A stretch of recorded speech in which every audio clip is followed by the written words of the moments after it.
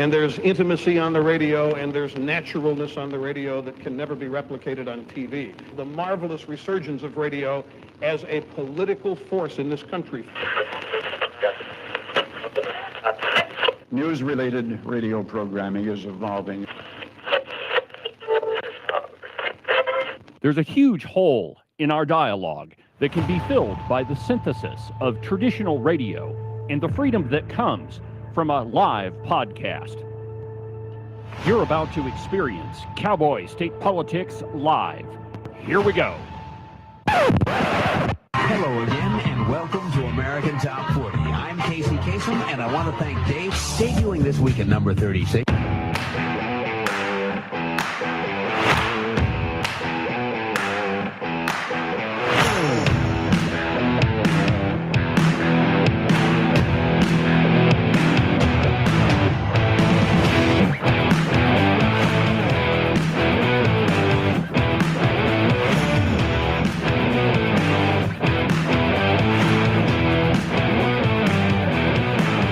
Good morning, my friends, and welcome to another incredible installment from very high above.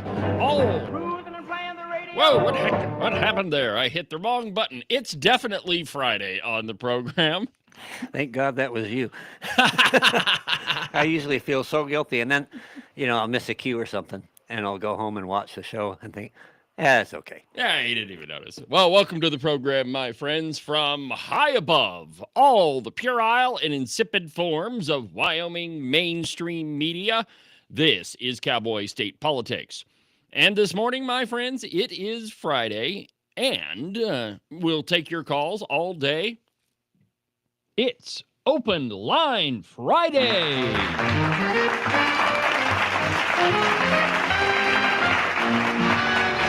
That's right, my friends. Open Line Friday on Cowboy State Politics. This is the day where we talk about whatever you want to talk about. Normally during the week, you kind of have to talk about what I'm thinking.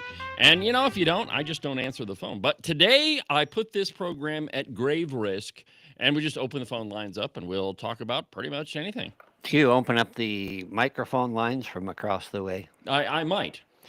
I wanted to give a little shout out here. Make sure I got this right. Who are you shouting out? I'm shouting out somebody that's pretty cool. Yeah. Well, I was about to get there. There you go. There we go. Well, it is a big day on the program. 44 years ago it was Open Mind Saturday. That's great.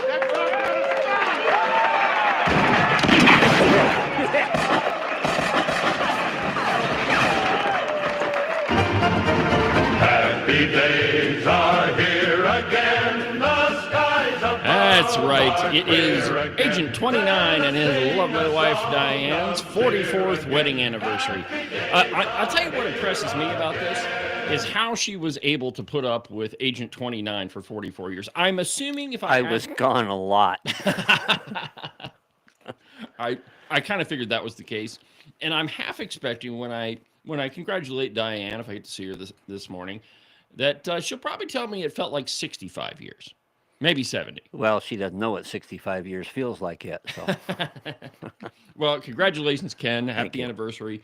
44 years is a heck of a long time, almost as long as I've been alive.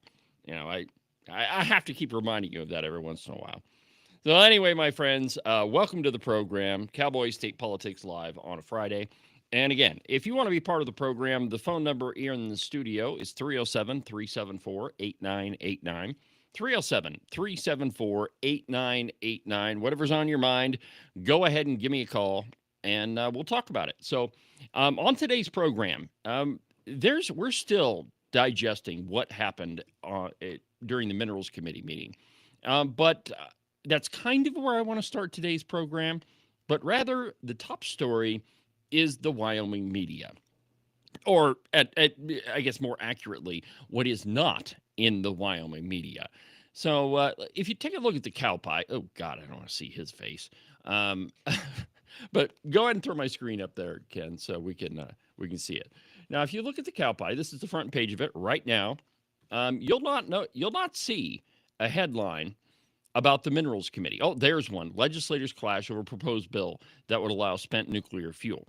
But it really doesn't mention exactly what happened in the committee meeting. It doesn't mention that Senator Jim Anderson was swearing at the crowd. It doesn't mention that there was quite a bit of contention going on. It doesn't mention that Ogden Driscoll openly attacked the Freedom Caucus, which he did. And we're going to go through that kind of all right, that's enough of that. We're going to go through that. Oh, and I forgot. Okay, so let's go to some of the other media and check those out. I'm sorry, Ken. I know what you were up to. You were following where I should have been going. Anyway, leading where I should have been going. Today's Friday, my friend. I must catch up to them. I am their leader. That's right. The struggle is real today. So if you go to the Oil City News, and this one, I hardly ever look at it because these are Wyoming's propagandists. But let's just go to the front page. You'll notice their top story is that stupid wolf story out of Daniel, Wyoming. I couldn't care less about that. I really don't care if what's going on there. Now, I don't think it's right that they try to indict the guy a year after it happened. Even if you did care, what could you do about it? Exactly.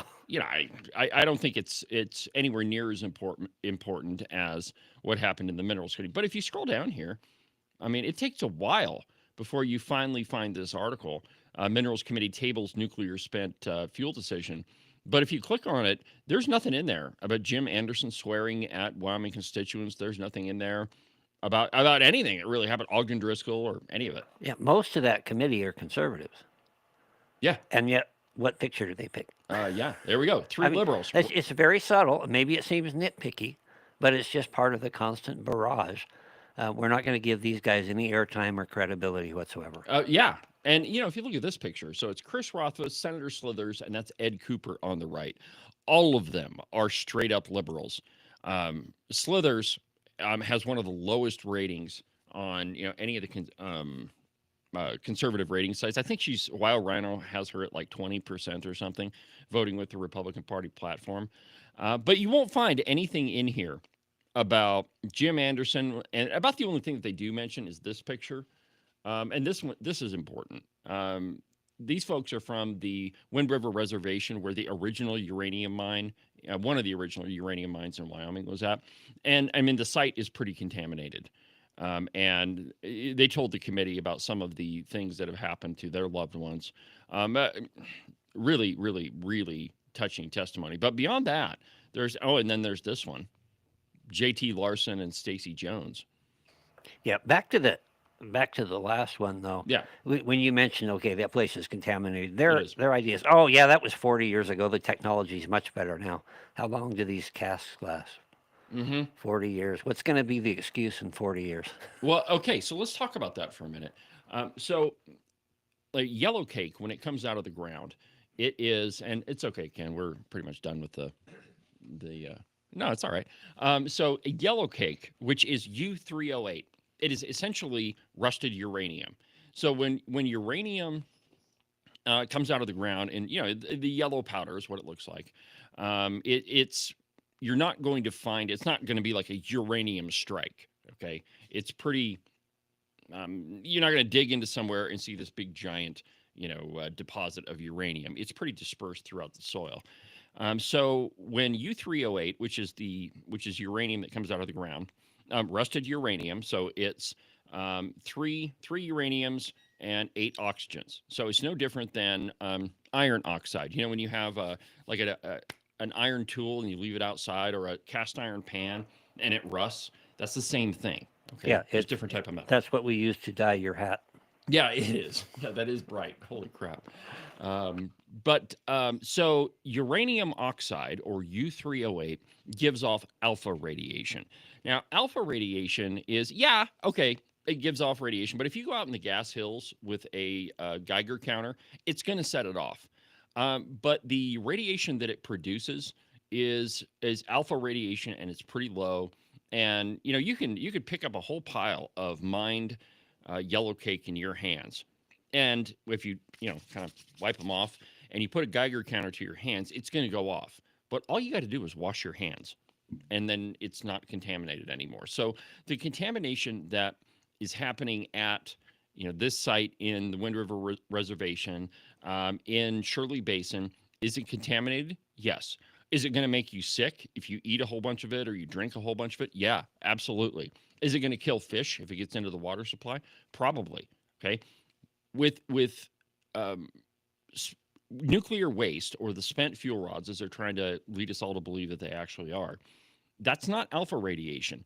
That's gamma radiation. Now, gamma radiation is the kind that really poisons the crap out of you, and that'll kill you pretty fast. You remember all the pictures of Vladimir Putin going after his political opponents, and his favorite weapon is to poison them with radiation, and that's the stuff that kills you, pretty quickly. Alpha radiation takes a really long time, but it's all radioactive. So we're not talking about the radiation that comes out of a uranium mine, whether it's underground like the one in Wind River, the reservation was, or if it's from one of the in situ mines, that one of them is southeast of Buffalo. We're not talking about that. That's not that type of radiation. Gamma radiation, much more harmful. That's the stuff that comes off of nuclear waste or the spent nuclear fuel rods. So anyway, the story that I wanted to start out with is what is not in the Wyoming media. And, like I showed you, you're not going to find any of the stories about Jim Anderson doing this. Go ahead and play that Jim Anderson soundbite, Ken, the one where he swears at the crowd. If you can find it. There it is. And if I've ever voted for this, I would not be protecting their health or their safety. That's Bill in my Ellerman mind. right there. And I urge a no vote on this bill. Okay, no other questions. And thank you, Representative Len. Hold your applause. I said no applause. God damn it. Okay, so Or we can quit. yeah, then he threatens to shut down the meeting. But you're not going to see any of that. All right, are there any other legislators going to speak? Yeah, we don't want to hear him speak either. But it's, I guess, and again, we kind of covered this yesterday, but let's kind of like go over it again. Ken, how bad is that in a committee meeting? That's cardinal. You don't lose your cool like that. Not only is it not good form, but it shows that you're not in control, that you're not a statesman. Those are the arguments that were said to me when I said something about people's getting their panties in a wad, and that's true. Right. That probably wasn't the best way to put it. But this, to me, is far worse. When I said the panties in a wad thing, I made the front page of every newspaper in the state the next day. Yes, you did. You don't hear a peep about this, nor do you hear anything about Ogden Driscoll, who was clearly out of line, singling out particular individuals. Yeah, and we're going to get to targeting him them. in just a second. But that's my point, and that's why Oil City News is not to be trusted. That's why the Cowboy is not to be trusted. They're not telling you the truth. No, they're not. And let me just show you one more, right? So the paper of record in the state used to be the Pravda on the Platte. They're not anywhere close to that now. But here's the Wyoming Turkey Vulture, the Wyoming Tribune Eagle. Notice their front page is not what happened in the Minerals Committee. But if you scroll down, you will find, where did I find it? Let's see here. I know it was on here somewhere. All right, here, still no decision. So I guess, yeah, technically it's on their front page, but not a big story. But you won't find a single comment in here about Jim Anderson or about what we're going to play from you from Ogden Driscoll. They don't say anything about it because even in the Wyoming media, it is, they think that if they don't bring it up, then you're not going to know about it. And that's largely true. Depending on where you know the news, where you get your news, you're not going to be informed at all. And certainly on this topic, unless you're listening to Cowboy State Politics and a couple of other independent media outlets, you're not going to know what's going on. And you're certainly not going to know about this next soundbite. Now, what we're going to do, it's pretty long, but we're going to play it. And then we're going to, it's going to have to be kind of a stop and start because there's a lot of stuff in here. And it's Ogden Driscoll, and he is complaining about the Freedom Caucus. Now, and before I play it, Ken, let's talk about this just for a second. Now, you've also got in trouble on the floor of the House I think you said the word Republican Party platform. Am I right? I did, and that got the most reaction to anything I ever said. I said Fustercluck in a in a committee meeting. Um, yeah, I'm a little loose sometimes, but when I said Republican Party platform on the House floor, it was an immediate. Yeah, they freaked out. And I mean, you got, if I remember right, and it's been quite a while. That was your first term, or your first session, I think. You got gavelled down, and it was kind of a big deal on the floor. But when you're Ogden Driscoll and you're testifying in a committee on a bill that the liberals want, and that's another interesting part about all of this. You would think, as liberal as they are, I mean, they just killed the carbon capture repeal, so you would think they would totally be on board with killing this sucker, but they're not. Even if you did, you think you would give the appearance at least of having a discussion. You go in there, your mind's made up, you know how you're going to vote, fine.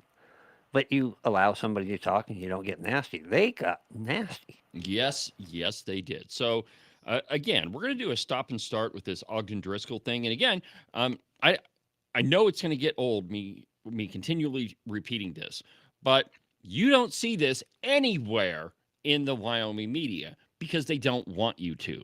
So go ahead and start this Ogden Driscoll thing and just be prepared. We're going to stop and start it.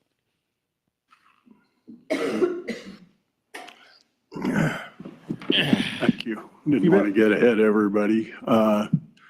Comments will be kind of short and probably one, I encourage you to bring the bill forward. And I see all you guys looking down. I hope you pay a little attention to what's been presented as facts. All right, stop right there. We didn't get very far, did we? Now, all the people looking down were folks that probably have already made up their mind, but in the camera, they don't really show you. Like if you watch the YouTube video from the committee meeting, it's pretty hard to tell who he's talking to. But very quickly, you're going to find out that he is talking directly to all the conservatives on the panel. And let's just be very clear, all the conservatives on the panel are not members of the Freedom Caucus. Some of them are, but some of them are not. Well, the condescension in his tone, and I kind of keep harping on that because it really gets pretty irritating whenever time one of these senior representatives or senators talks. They talk to us like we're stupid little kids. Yeah. And he kind of does that. We're the adults in the room kind of an attitude. And then it gets nastier. But he makes assumptions about us and then states it as fact. Yeah. You've already made up your mind. Somebody's already told you what to vote, whatever, So I hope that you would do the right thing and listen to the other side. And yet, they didn't do the right thing and listen to the other side either. They rambled on, and now I'm rambling. All right, go ahead and continue. For my deal, I am talking to the committee. I'm not visiting to the public. I've got grave concerns as far as what's going on in the way your committee's approaching things. Is I can tell you part of your members, I've talked to them directly, and we need to deal with facts, folks, when we're legislators. Stop.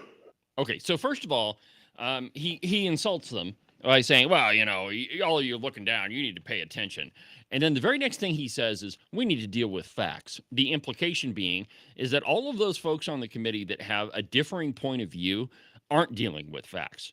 Now, on Tuesday, we showed you a panel discussion between John Baer, Bill Alamand, Chairman Chris Knapp, and Agent 29. And Chairman Knapp gave a very detailed response as to why he's having problems with this whole thing. And it's all testimony that came from Radiant themselves and from what is it, BWXT, different nuclear companies that are wanting to operate in Wyoming. It was very detailed. He's absolutely dealing with facts, but just because you have a different interpretation of what those facts say or what they're telling you doesn't mean that you're lying or that you're not dealing in facts. But folks like Ogden Driscoll, who I used to refer to as Wilford Brimley, just not quite as smart. That was before he lost a whole bunch of weight and he really did look like Wilford Brimley. But here's another question that I want you to think about. Now, all of the folks that are totally in favor of this thing are the same people that voted not to repeal the carbon capture law in Wyoming. They're also the same people who lectured Bill Alaman saying, well, don't you think that we should be supporting President Trump's executive order? Well, wait a minute. One of President Trump's executive orders was to get rid of all this carbon capture stuff too. So there's a lot of contradictions that are going on in this Minerals Committee meeting, and you're going to hear a whole bunch of them here in just a second come from Ogden Driscoll. Hit play again. Deal with facts. We've had some people give some really good testimony to facts, and we've got some members of the committee that know better and continue to spread misinformation. There you go. Stop. So now he's accusing the members of the committee of lying. That. Yeah, specifically, that would probably be Chris Knapp, who is very well versed in this stuff, has done a tremendous amount of research, and has been very articulate, and he was in this meeting. Yeah, absolutely. At explaining where he's coming from. And that statement right there, completely out of line, and it gets worse. Oh, yeah. Go ahead and hit play.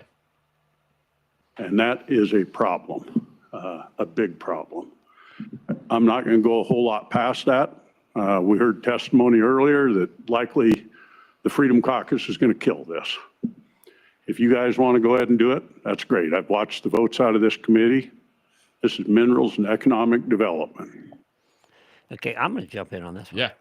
Freedom Caucus is likely to kill it. What do the people whom we represent want to have happen here? Overwhelmingly. They want this thing dead and buried.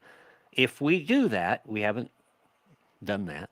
If we do that, you even haven't had a chance to vote on it yet. We haven't got all our questions answered yet.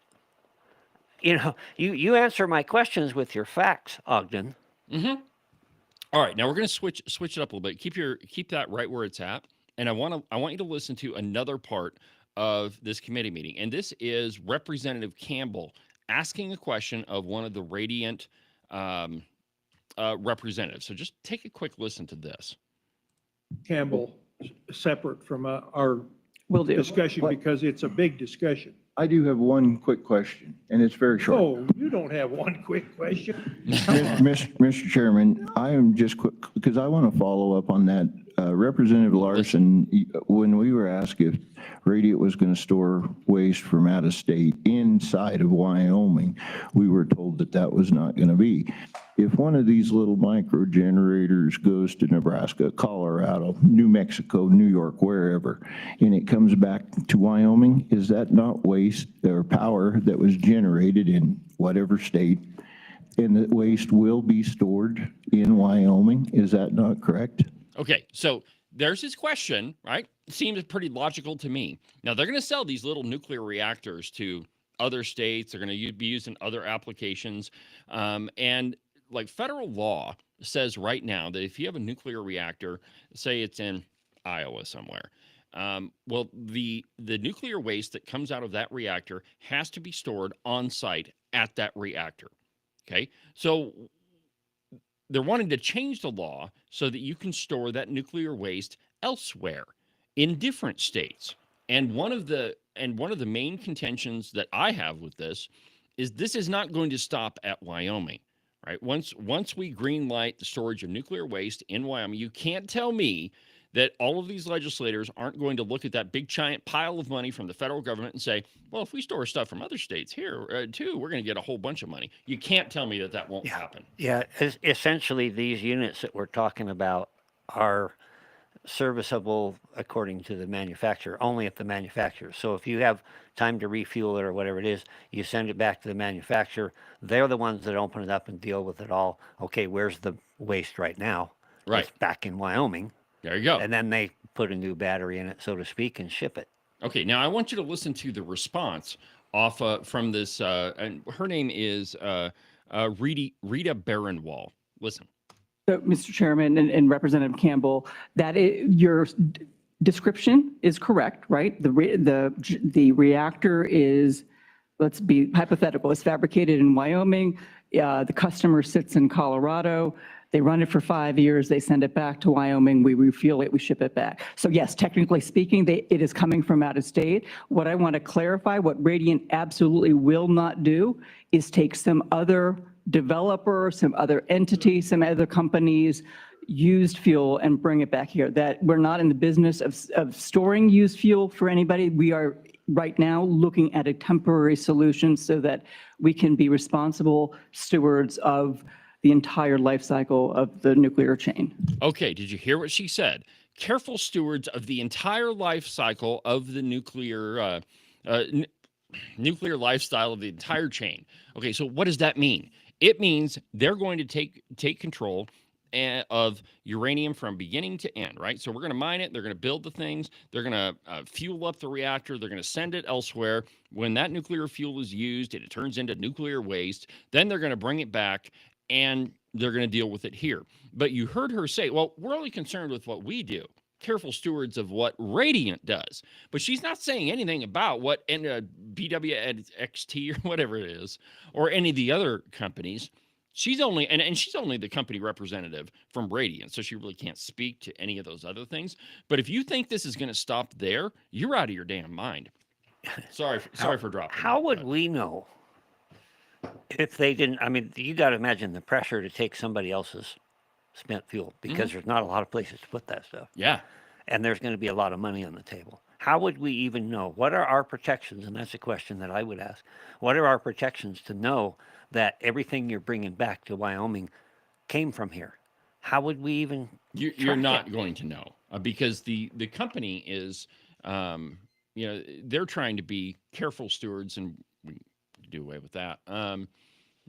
What she said was they're wanting to be careful stewards of what they do, which, I mean, okay, great. They're trying to be a responsible company, but she can't speak to what other companies are doing. And you can't tell me that once we greenlight this and we see all the jillions of dollars that we were told is going to from, it was Burkhart in that committee meeting that said, oh, no, there's like $40 billion sitting around or whatever the number is. So you can't tell me it won't be other companies.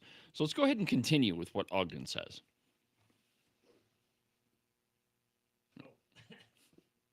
Back on me. Killing any chance to go forward is anti-economic development. I'm going to tell you that's what bills do is we have a chance to amend them, work them, change them. When you kill it, you've killed every chance. And this bill isn't just about Radiant, and what's happening with nuclear is not just about Radiant. Okay, stop. It's about. So the repeal of the carbon capture bill, which they killed earlier in the committee meeting, that's not anti-business development? Are you telling me that putting more regulations and telling coal companies they have to capture all the carbon that's coming off of their mine, are you telling me that that's pro-economic development? It's not. I mean, it's more regulations. And the hypocrisy of Ogden Driscoll and Slithers Nethercott and the rest of them is staggering. That just because they want this bill to pass, pay no attention to what they did earlier in the committee meeting. I mean, it's just amazing. Let's continue. A potential economic change for the state of Wyoming. And it doesn't mean that we're bringing in waste from the rest of the world. Stop. It doesn't even yes, mean we're it does. Yes, it does. You just heard the representative from Radiant Technology say, if it's used in Colorado, then it is going to come back here. But it's Ogden Driscoll that's saying, oh, we need to deal with facts. Give me a break. Continue, please. Or in lots of waste. But it means what your attitude and what your ability is to potentially bring it. I'm going to tell you, one of the ones, and I'm looking right at him, continues to say. Mr. Chairman, I'd ask for decorum, please. All right. So now he's directly addressing Chris Knapp. I mean, just incredible. Totally out of line, totally against decorum. It was ridiculous. And Ogden doesn't care. He's above all that. Oh, yeah. Now, let's just talk about Ogden Driscoll for a second. Now, if you don't know, Ogden Driscoll owns the KOA campground that is right at the base of Devil's Tower. A few years ago, he worked a land swap with the state of Wyoming for 81 acres, 81 or 84, I think it was 84 acres, on the other side of Devil's Tower, and he traded them roughly 100 acres of worthless sagebrush. And the public really didn't get any a chance to weigh in on it. We didn't get to hear the public's opinion of whether or not we should give part of the land directly at the base of this nation's first national monument to Ogden Driscoll. And that went through. So don't tell me that Ogden is at all concerned with doing things the right way. He's not. It's whatever benefits Ogden Driscoll, he's in favor of. Interesting, too, before we go back there, this is another soundbite from Ogden, which we'd played before, but it tells you who he's really representing, I think. Senator Driscoll. Thank you. A couple that you might not be able to answer right away. Number of exemptions we have to our sales taxes and estimated cost to us to give these exemptions, because cost to us. I mean, Ogden Driscoll is not in favor of you and me. Ogden Driscoll is in favor of whatever he can use to benefit himself. There's so many sound bites that we've got like that, but let's go ahead and continue with what he said in the minerals. Okay. Yes, sir. What would you like for decorum? I'm talking to a committee, not the individuals. Okay, now, Mr. Chairman. Now there's no recognition whatsoever that, and he knows darn good and well that he just broke decorum. He absolutely knows that he just broke the rules. Not that anything's going to happen to him. And then he makes fun of Chris Knapp for asking him to pipe down. I mean, just amazing. Let's hear some more of it. And like I said, I continue to see on social media and things that are absolutely not true from members of the legislature. Now they're lying again. Whenever somebody says something like that, it's like the signs up by your house. The signs up there that say the Freedom Caucus is corrupt. Okay, you're going to throw out an accusation like that. Prove it. Yeah, prove it. Give me a citation. Give me specifics. They never do that. Nope. I saw stuff on social media that is absolutely untrue. Okay, I'm sure you did. Yeah. All right. I mean, just absolutely ridiculous. You got your finger on where that stopped, Ken? Kinda. All right. Let's go ahead and take a break.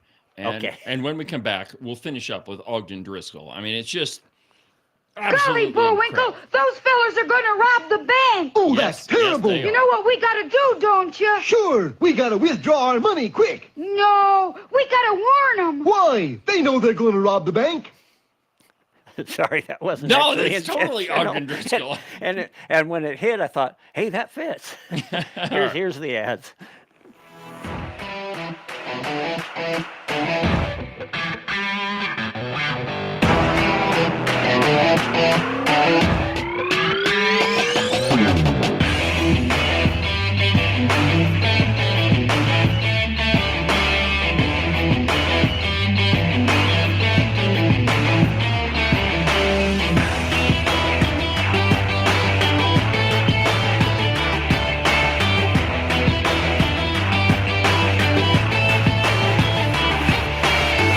Are you tired of all the meaningless political drivel floating around right now? Endless commentary that really doesn't have anything backing it up? Do you long for the days of true investigative journalism coming from an authoritative source who really doesn't care how popular and apparently good-looking a politician is?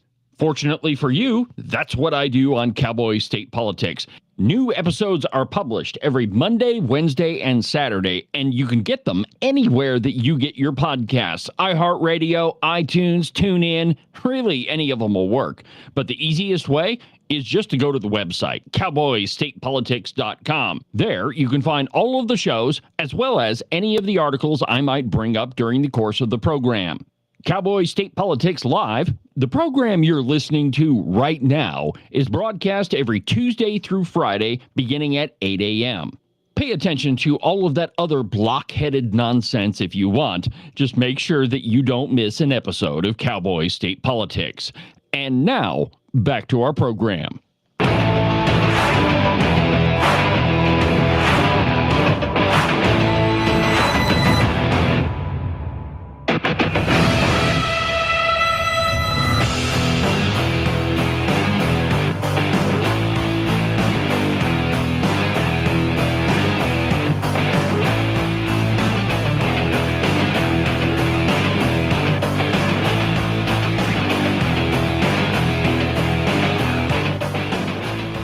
Welcome back to the program, Cowboy State Politics Live. It's Open Line Friday on the program. If there's something that you got on your mind that you want to talk about, go ahead and give me a call, 307-374-8989. Now, before the break, we were talking about Ogden Driscoll's absolutely ridiculous display in the Mineral Committee. And, you know, if you're just joining us, let me catch you back up. So the Minerals Committee met on this bill to allow nuclear waste in Wyoming. And the Wyoming media has really not covered it. I mean, they told you that they tabled the bill.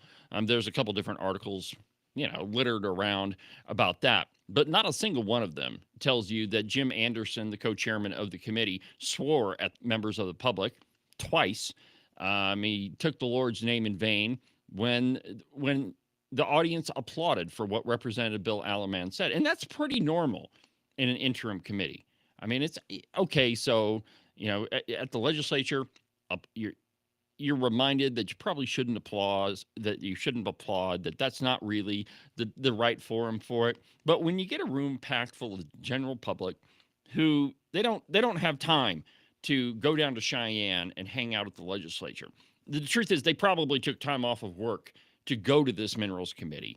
And so, you know, and Ken, you can weigh in on this, but you got to give them a little bit of grace, right? You don't slam the gavel down when they applaud, which is a normal thing in every other venue. Bear in mind that they had been sitting there for hours on end waiting for an opportunity to speak while Lloyd Larson and others droned on. Yeah.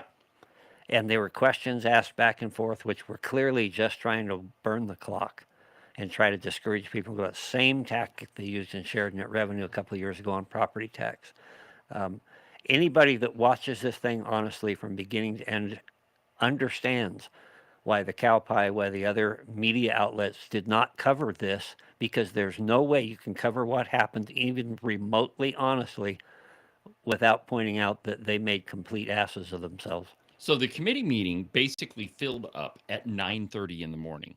9:30 in the morning. They didn't get to public testimony until well around like 3 o'clock in the afternoon. And yet Tara comes out and says, that's all I want to hear. I'm tired of hearing you legislators. Yeah. I mean, it's total virtue signaling from Slithers. But so 9:30 in the morning, that room is jam-packed full of people. The whole point in having an interim committee. And by the way, this is the reason why they move those interim committees around the state. And so that you have the ability to get in front of your legislators and testify. Well, there are not that many people that can sit there from 9:30 a.m. all the way through the morning and until late in the afternoon before they get a chance to testify. And Chairman Jim Anderson explicitly said that he wanted to hear from legislators first. And so they present the bill.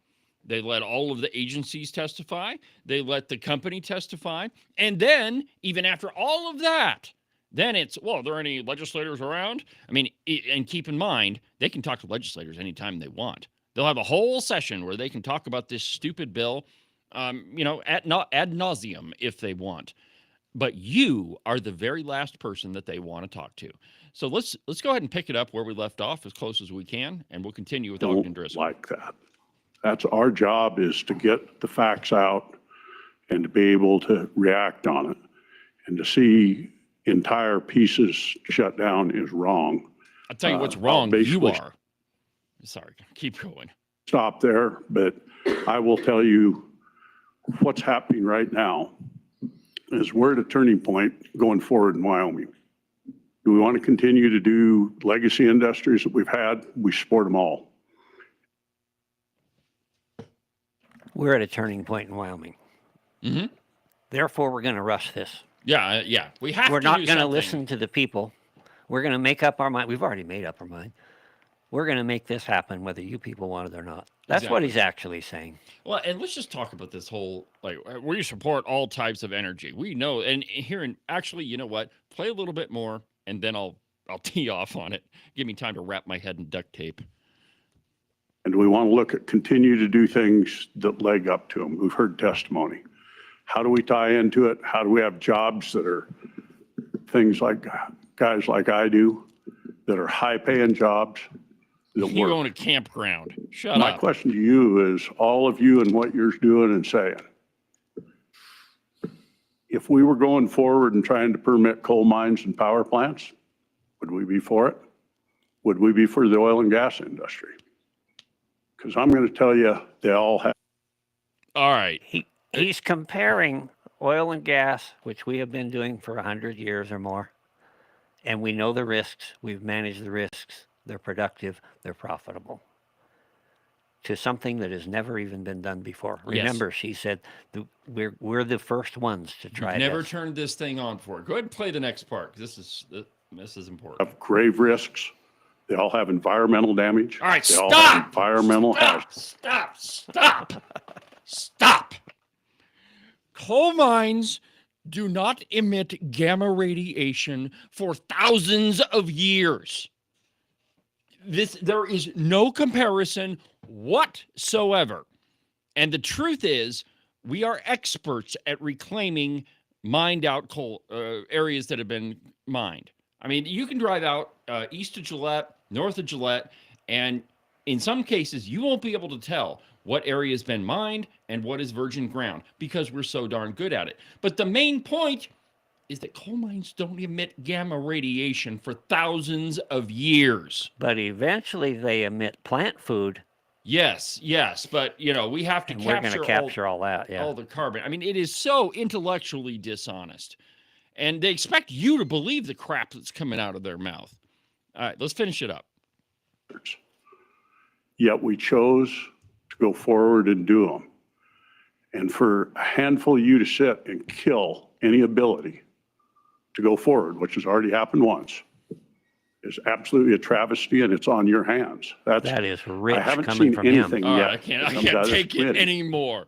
It is absolutely rich coming from him. When Ogden Driscoll was the president of the Senate, he made it his mission to kill all sorts of conservative bills. Now, remember what he said? Well, if you kill it, that's the end of the discussion. I mean, it ends right there.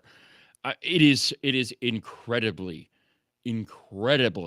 intellectually dishonest. And that the Wyoming media isn't covering any of this, I mean, it's almost criminal. I mean, but they're intentionally misleading you by not telling you. Now, I mean, we can go back to the cow pie and let me just check. Yeah, nope, not another article. Or the Wyoming Tribune Eagle. Oh, God, I don't even want to look at that guy. I mean, it is so dishonest. And, Ogden Driscoll, that they allowed him to pontificate up there, insult members of the committee, directly address members of the committee and tell them that they're lying on social media. I mean, it is absolutely wrong. And to top it all off, they spent almost an entire day and didn't let you testify. It's absolutely incredible. I don't know what else to say on this one, except to say, before my head explodes, let's move on, unless you got anything else to add.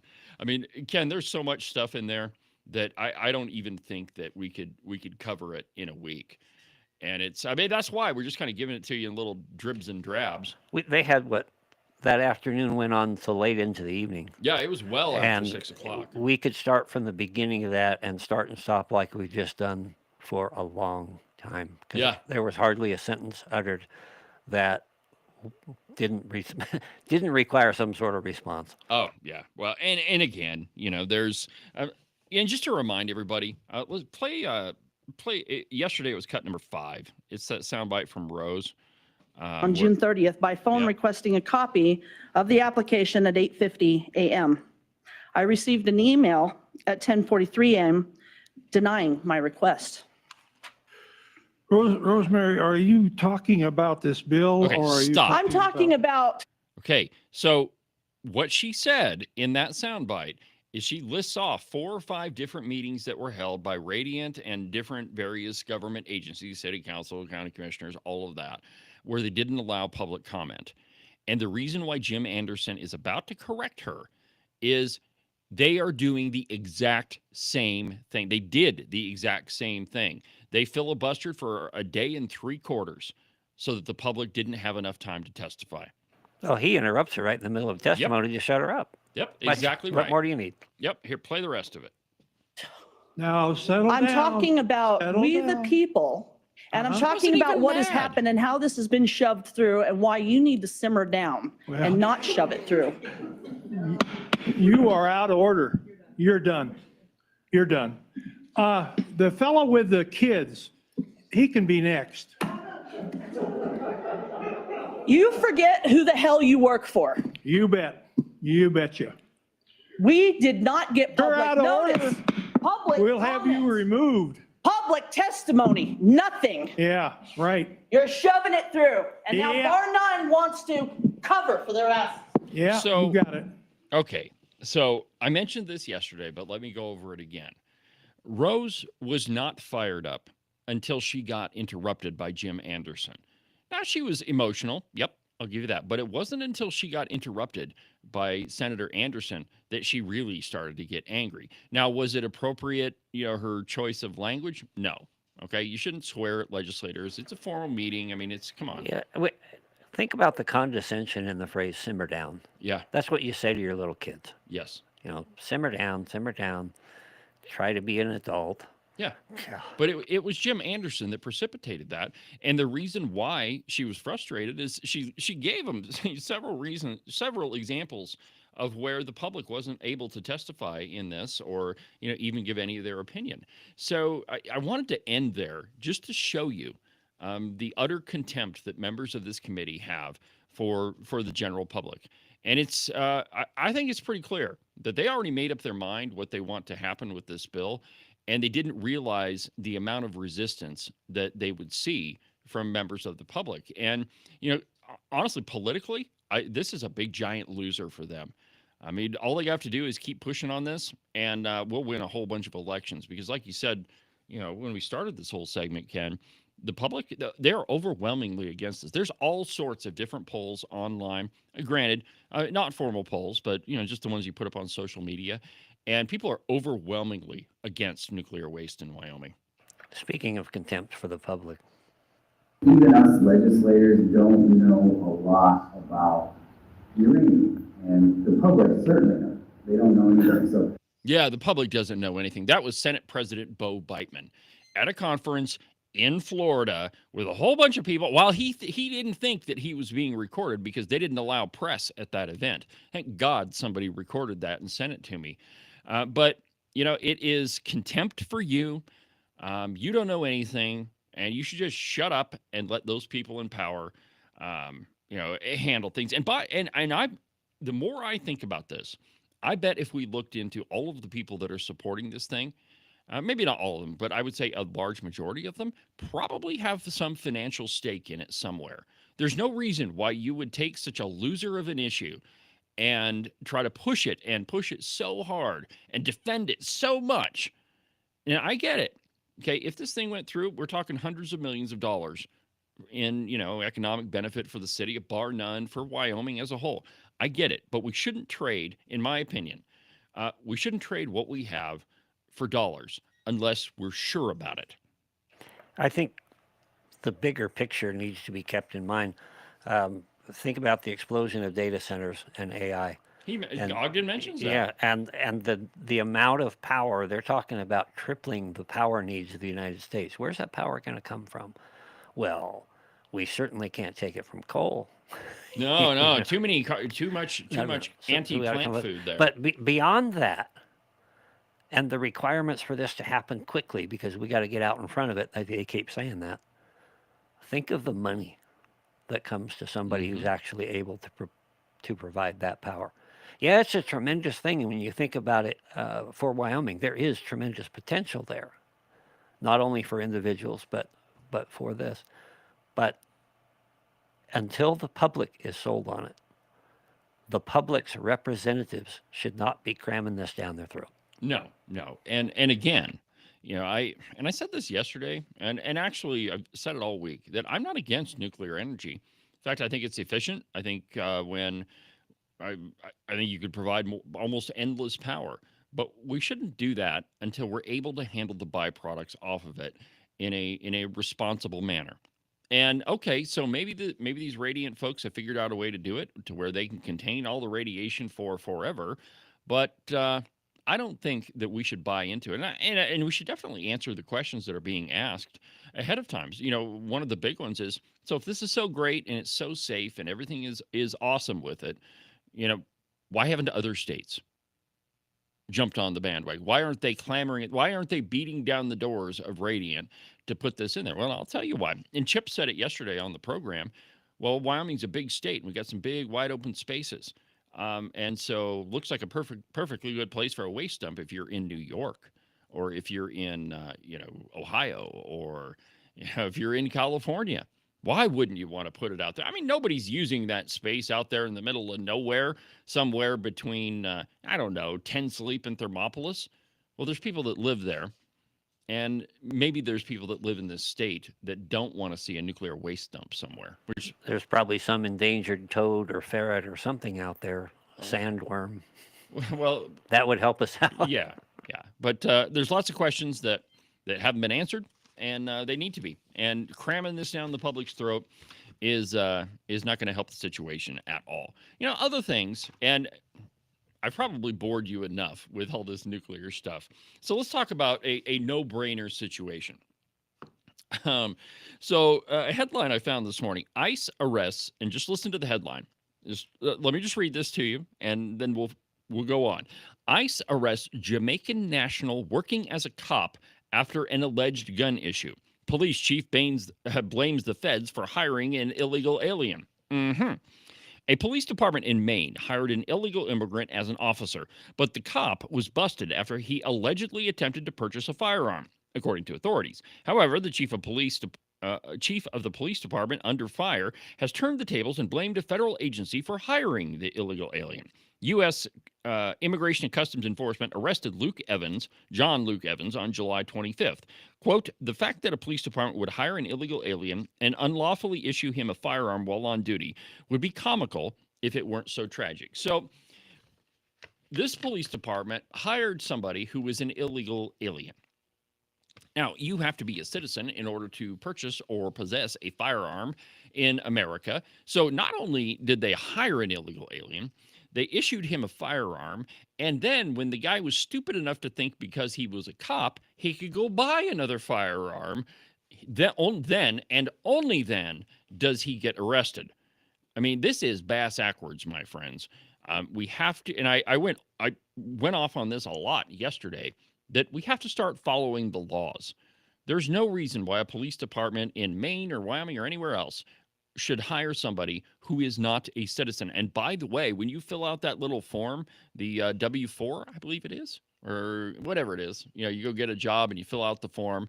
You're supposed to check to see if you're a citizen. It's called E-Verify. So the police department didn't do any of those things ahead of time. Now, the ICE said the agency was tipped off about Evans illegally purchasing a gun by alcohol, tobacco, and firearms. ICE said in a statement, quote, Evans admitted to ICE officers that he attempted to purchase the firearm for his employment as a police officer with the Old Orchard Beach Police Department. His attempt to purchase the firearm triggered an alert to ATF, who worked in coordination with ICE to make an arrest. ICE claimed that Evans, quote, lawfully entered the U.S. at the Miami International Airport on September 4th of 2023. However, he violated the terms of his lawful admission when he overstayed his visa. So the guy came in with a visa. The visa expired. He never did anything about it. Gets a job as a cop, which, I don't know how you could be a police officer and be an illegal alien at the same time. Seems to me if you're already violating the law, that sort of precludes you from being somebody to enforce the law. Just a thought. But then they issue him a gun, and he gets arrested by ICE. And now the police department is saying it's the feds' fault for doing it. Let's see, where was it? Quote, we have a police department that was knowingly breaking the very law they are charged with enforcing in order to employ an illegal alien. ICE Boston will continue to prioritize public safety by arresting and removing criminal alien threats from our New England communities. And again, my friends, we've just got to get back to enforcing the law. And, you can't, this illegal alien issue, illegal immigration, whatever you want to call it, I'm glad that Donald Trump is deporting as many people as he possibly can who are in this country illegally. I mean, in any other country in the world, you wouldn't be wandering around and getting hired as a cop. You'd be sitting in a jail cell somewhere. Can I change the subject for just a second? No. That's what I thought.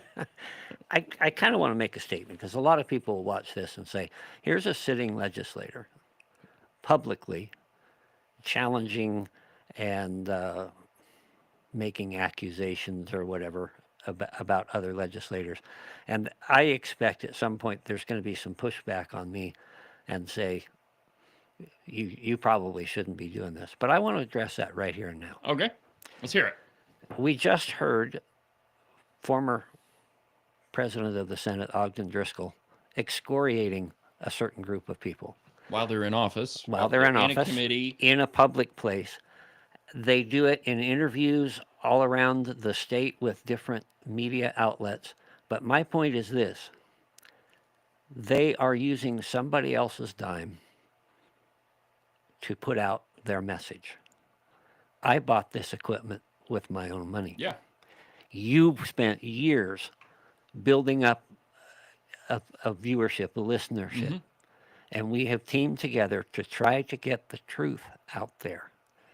And I'll be damned if I'm not going to do it as best as I can. Yeah, absolutely. And I think you should. And here's the thing, right? Like the rules apply to only conservatives. When it comes to the legislature, those rules don't apply to the redcoats and the liberals. And you only need one example of that. Dan Zwanitzer. And I realize this is a blast from the past, and I keep harping on it, but he's the perfect example for a lot of this stuff. So, I mean, if you're unfamiliar with that story, here's what happened. Dan Zwanitzer was a longtime representative from Cheyenne area. It was House 43 that he represented. He buys a house in House District 10, which is the adjacent district to where he was living. Now, under Wyoming law, if you move out of your district, an immediate vacancy is created. You don't even have to resign. If you move out of your district, you're done. I mean, there's nothing else that has to happen. The statute is clear. It creates an automatic vacancy. Well, instead of, stepping down or, saying, hey, I moved out of my district, or even acknowledging that he doesn't live there anymore, Dan Zwanitzer continued to represent House 43. He even has an apartment in House 43 where he claimed that he was living. It wasn't true. He was living on his ranch out in House District 10. Then, after investigating it, I mean, we had him dead to rights on it.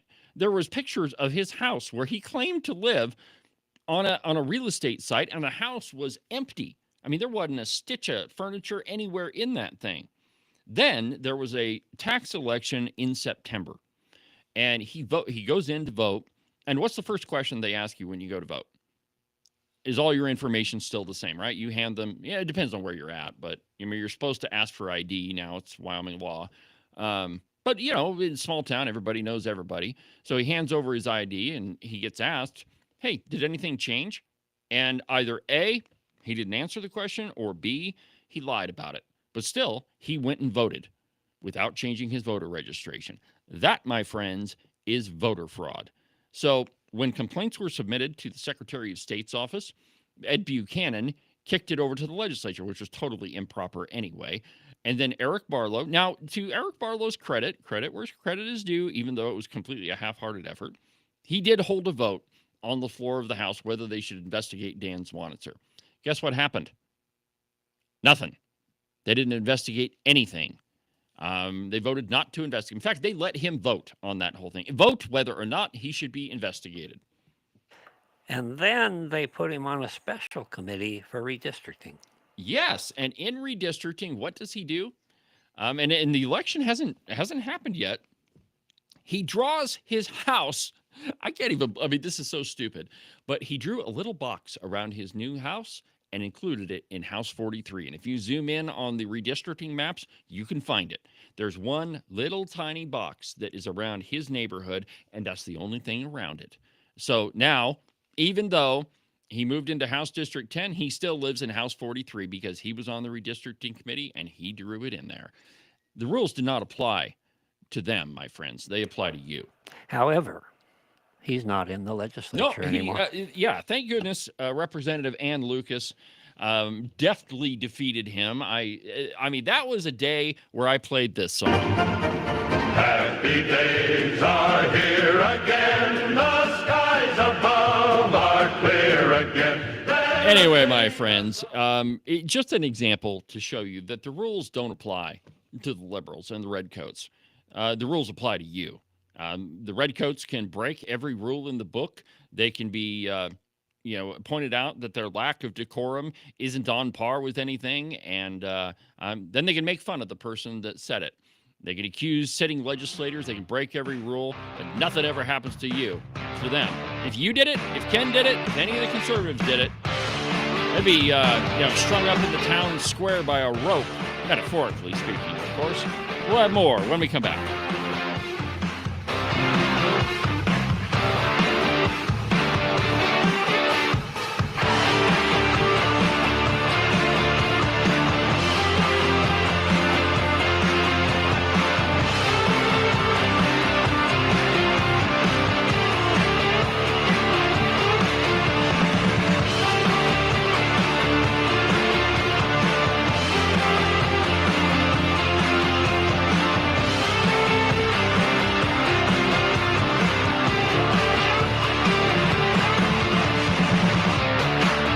Ever since gold backing was removed from the dollar, the value has dropped significantly over the past few decades.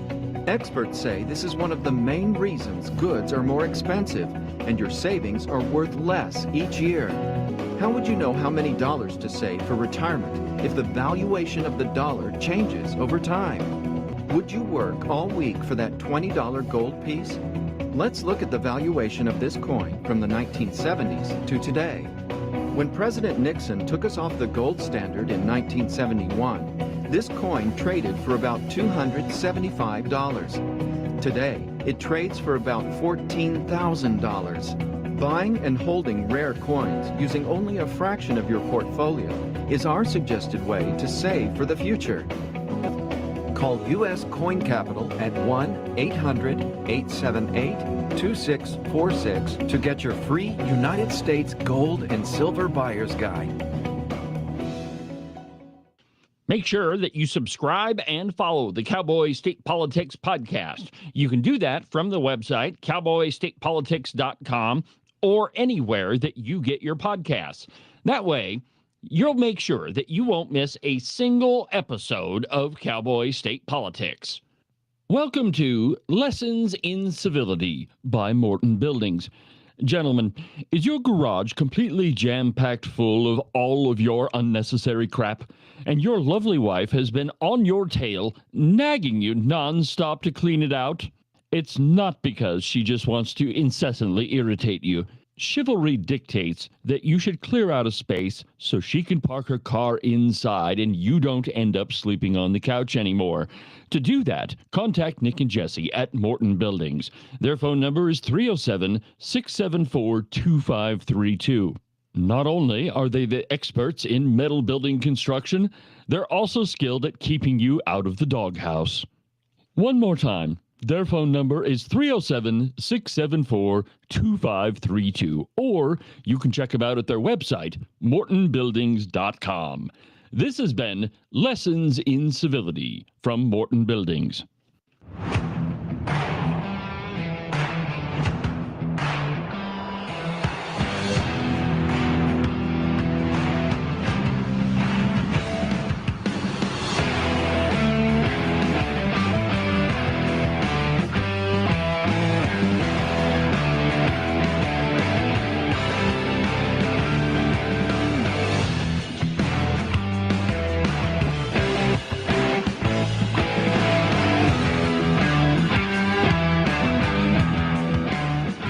Welcome back to the program, Cowboy State Politics Live on YouTube, X, Facebook, and on Rumble. And don't forget about the Cowboy State Politics podcast, published every Monday, Wednesday, and Saturday.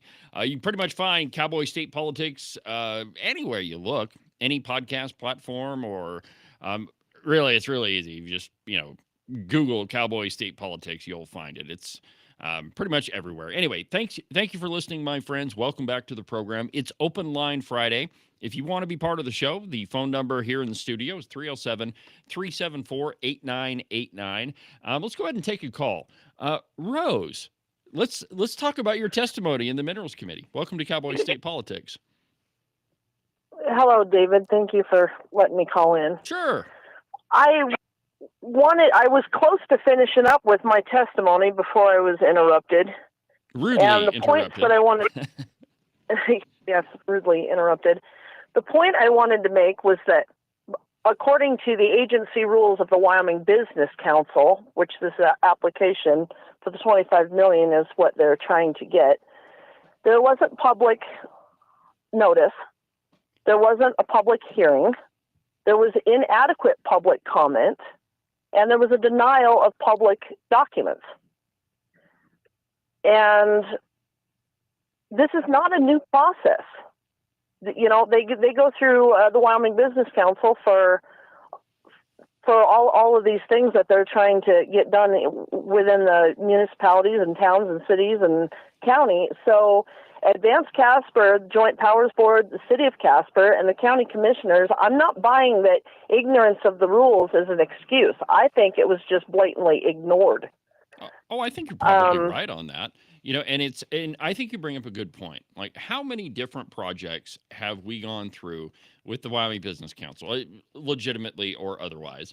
But everybody knows, like, every public project has public comment attached to it, and you have to be open and transparent if you're going to accept public money.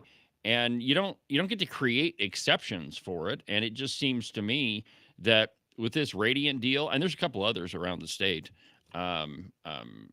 There's one down in Platte County that's kind of been doing the exact same thing.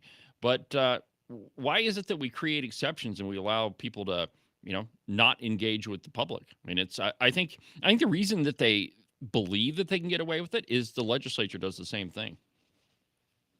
Sure. And if you don't know that,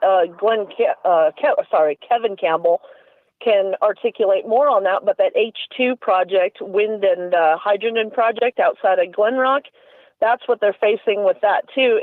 And in the rules, it also says that if the agency, like Advanced Casper in this case, is located in Casper. So according to those rules, they should have held a public meeting in Casper and then wherever the proposed location is, so that it would have been bar none also. So 2 locations. And what they found with that Pronghorn project is that they held the meetings in Douglas, but they didn't hold them in Glen Rock. So there's another example. This is getting to be a festering a habit. So this was suppression and circumvention of the people's rights, as I see it. Yeah, I think you're right. And the way that Anderson treated you, I mean, I think is pretty stereotypic of this entire process. I mean, and you weren't angry or upset until you got cut off. And the only thing you were trying to do is say, look, none of these people are listening to the public. And then what does Jim Anderson do? He cuts you off. And, we could talk about, your reaction later, but you weren't angry before he did that. It's when he tried to cut you off that you got a little ticked. Well, I'm not going to say that I wasn't, emotionally wound up, because I just heard testimony from Lloyd Larson that he had actually gone and seeked Radiant out and brought them to Wyoming and then proceeded to want to change statute to accommodate them. And I did have a discussion with Anderson. He horned in on a discussion that I was having with Riggins out in the hallway. Mm-hmm. I came out of the bathroom and Riggins was there, and I said, we the people, what is that? Because we the people haven't been included in this entire process, and they were trying to keep this quiet. There were statements made about that. I can't divulge that information, but sure. There was a couple phone calls made. Anyway, I won't go out on a limb and throw people under the bus on that, but the other problem with this, with the county here specifically, and I just wanted this message out there because this is not going to stop, in my opinion. No. And I think everybody around the state needs to be paying attention, because the current zoning is urban ag. So now that the commissioners have voted, a quorum have voted for the support of this, now a zone change is going to be required in order to make that legal by county documentation. And the heavy industrial manufacturing is not a permissible use by their adopted zoning. And I've challenged that for the last 3 years, along with Judy Jones. So to me, that's conflict of interest. That's not to me. That's a conflict of interest. Yeah. To get things that far out of hand, to shove the cart before the horse. And now we've got bar none. Their plan is, and they've openly stated, is that they want to annex that property in because they are in no conflict, so then they can reapply for the application to the Wyoming Business Council. This is what these sneaky guys, that's why I got mad. I said they're trying, I'm sorry, I won't say it, but I said that's why they're trying to cover for their butts. And they're also making the claim that because Lloyd invited Radiant here, that they're at risk of being sued by Radiant if they don't help promote this and support it. Those are some documents that I'd love to see.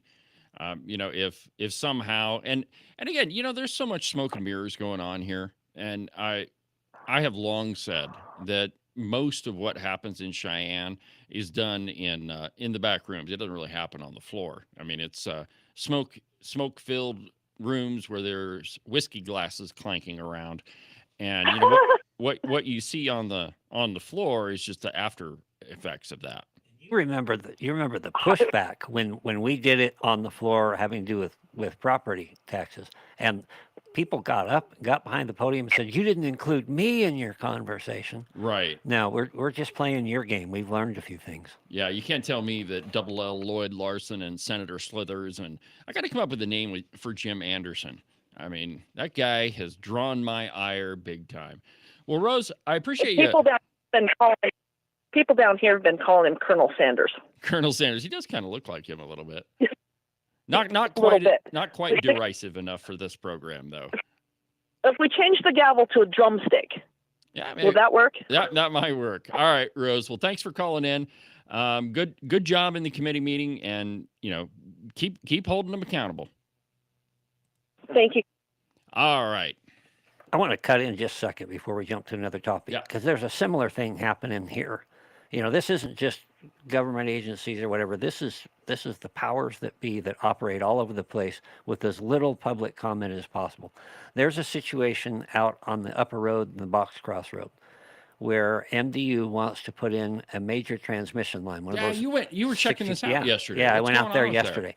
So here's a gal that lives at the edge of this and the back of the subdivision that she's in, which, by the way, has covenants that say if you put in a power line, it has to be buried because they don't want to ruin the view. The view looks off to the mountains there, the face of it, and it's spectacular. Right. They got the $1 million view. That very nice home up the top of the hill. And they want to they have an easement on property, the empty property behind them. MDU wants to put this massive power transmission line through there, the 65 feet tall, within 50 feet of this woman's house. 50 feet? She was not ever notified about it. There was never any public. MDU has already ordered the materials to do this. So right now, and to their credit, some of the county commissioners, although there's a little bit of grousing, I don't know what we can do, right. We're beginning to rally the support because all three of Sheridan County's House members are involved in this, and a couple of county commissioners, of course, Holly and Mike, and the others are coming on board and beginning to say, we need to have some public hearings. We need to talk about this. And one of the issues that I brought up is there's also the issue of security. We talk about our infrastructure. We talk about the danger of terrorism and those sorts of things. I just think we need to start making it a practice to bury as much of this stuff and make it more difficult to disrupt.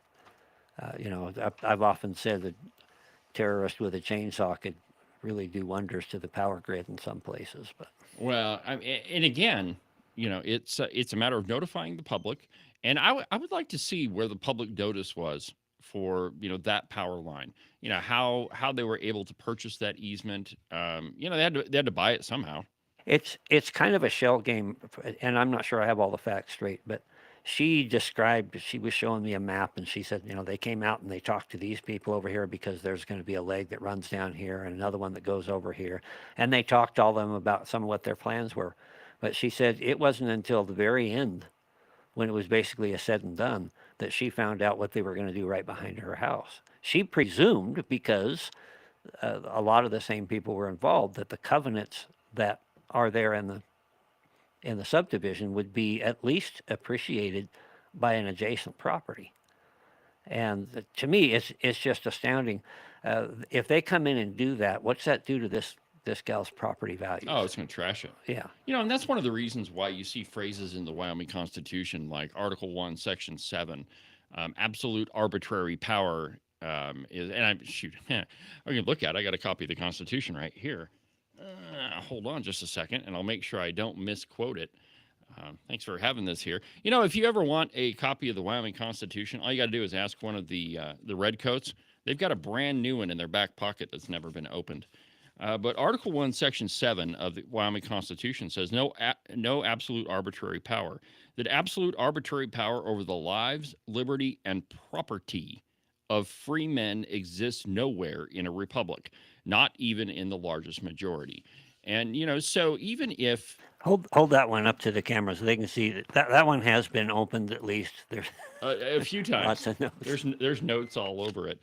That's why I said you got to ask one of the redcoats if you want a brand new one.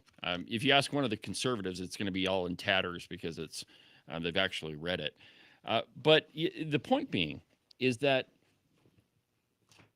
a person's property, your personal property, cannot be taken away from you just for what your neighbors want to do.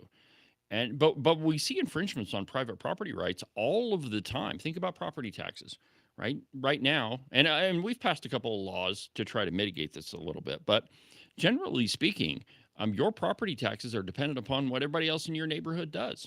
My parents have had the same piece of property since I've been alive. I think they bought it when I was 5, so like over 40 years. They've not built any new buildings. It's the same house. It's the same garage. Granted, there's been improvements to the inside of the house. It was kind of a dump when we bought it, or when my parents bought it. The only really addition is a little she shed that is a little bit bigger than a closet and a chicken coop. But other than that, there's no improvements. And yet my parents' property value has gone up exponentially, and their property taxes have also gone up exponentially. So really, like, no fault of their own, though, if you make improvements to your house, it's worth more. It's a nicer house, so yeah. But it's still the same structure. Half of it is made of logs. The whole darn thing was moved from Midwest to Buffalo. So we're not talking about the Taj Mahal, and yet their property taxes go up each and every year. And it's because of what the price of houses are going for in their neighborhood. There's one kind of across the street, sort of catty corner, that sold for $400,000. It's a 3-bedroom, 2-level house with a crappy basement. The house is over 100 years old, and they sold it for $400,000, simply because that was the only house that was for sale in Buffalo. Well, shortly thereafter, the property tax bill came in, and wouldn't you know, the taxes went up.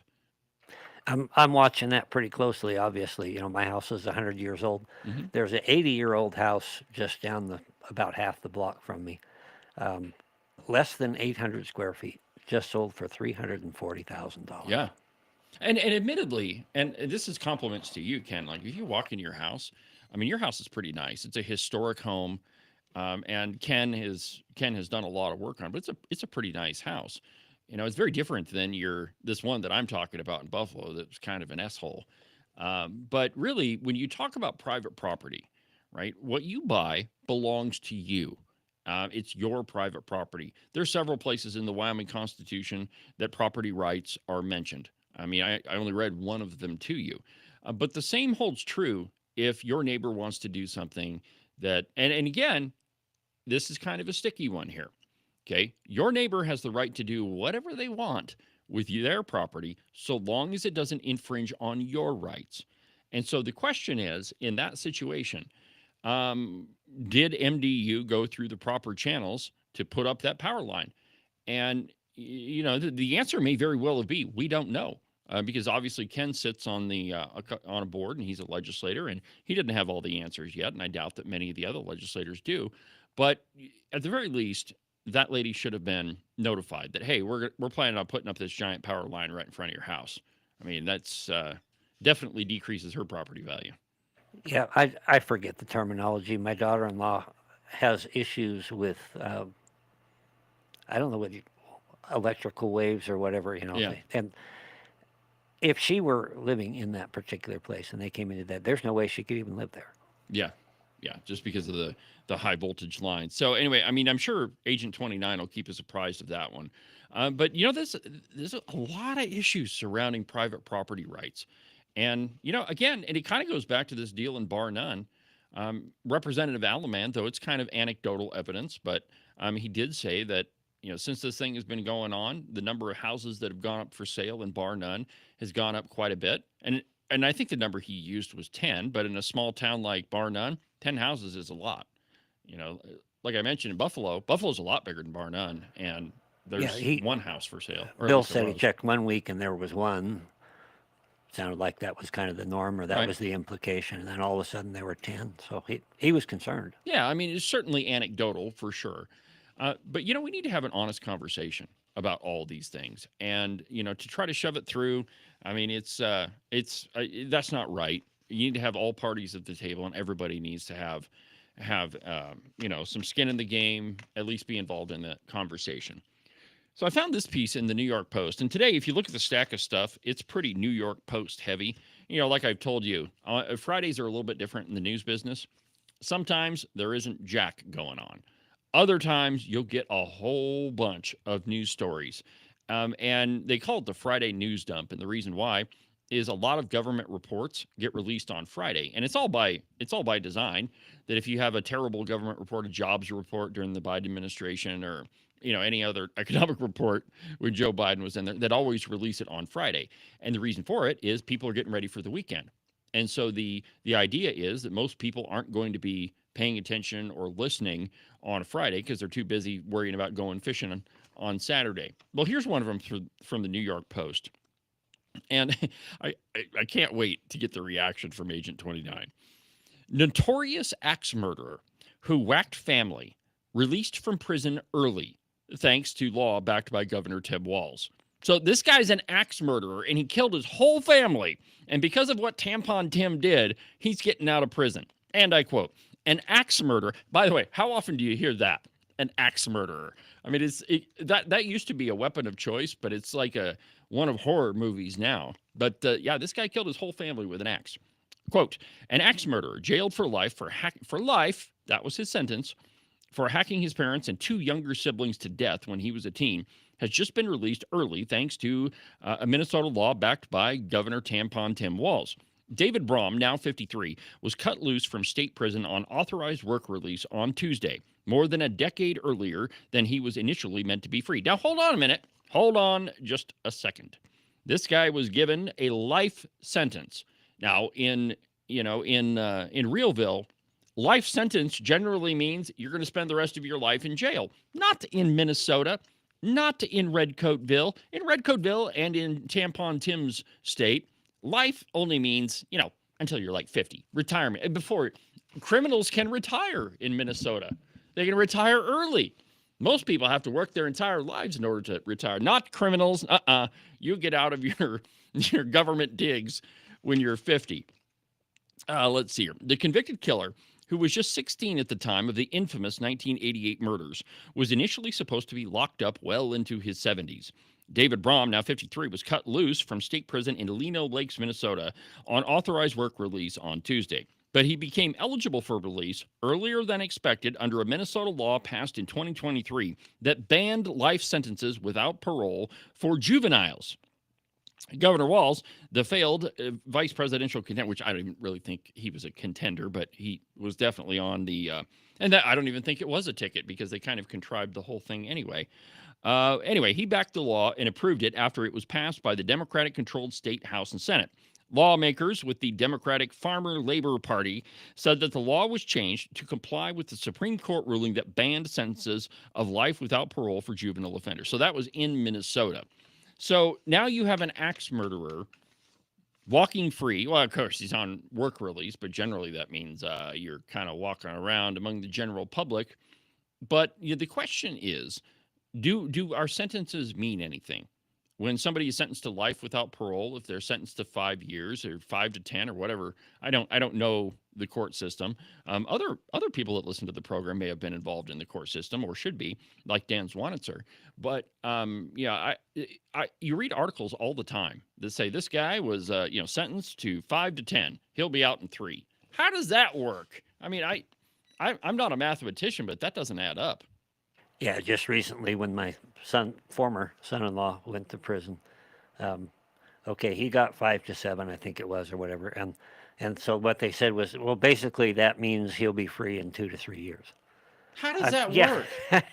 It doesn't mean anything. Words mean things. They used to. They used to mean things, but there again, we hear stories all across the country of people getting really long sentences and then they're released. And how many commutations did Joe Biden do? Thousands. And again, he's not the one. No, Joe Biden only did one. Yeah, that's true. The auto pen did a whole bunch of them, and his staff commuted the sentences of thousands. But again, it's the rule of law. We're a nation of laws, not a nation of men. But when you're going to arbitrate, and here's another thing. So this guy goes to court. A jury finds him guilty. A judge sentences him based on the recommendation of a pre-sentence investigation. So they go through all the machinations of the court system, and then the judge says, you know what? I think the most appropriate sentence for you is life without parole. And then who is it that decides whether or not this person gets released or not? It's not an elected official. It's not a representative of the public.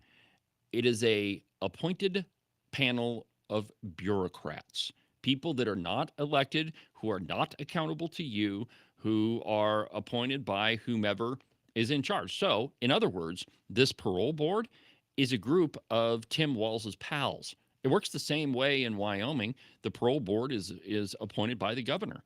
And so why is it that a governor or the governor's representatives, the people on this board, can decide, by themselves that a sentence that was imposed by a judge is null and void? And it's, my friends, it's just another, like everywhere you look, there's just problems with, not paying attention to the rule of law. And I got another one after the break. This one, and again, this Russiagate thing, Obamagate, it won't go away. It just keeps going. There's more every single day. Now, the Steele dossier, I don't pay attention. That wasn't important at all. I'll tell you about it in a minute. Everybody sing.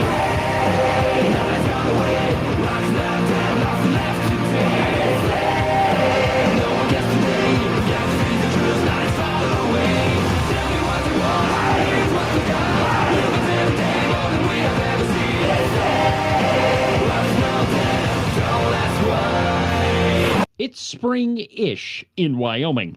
Well, what that means for the uninitiated is that it's going to be 70 degrees one day and then snow 1.5 feet the next. And really, if you don't like those two options, just wait a little bit. The weather will change. I know, it sounds a little stressful, but really you should put your mind at ease and buy a pair of socks from the Buffalo Wool Company.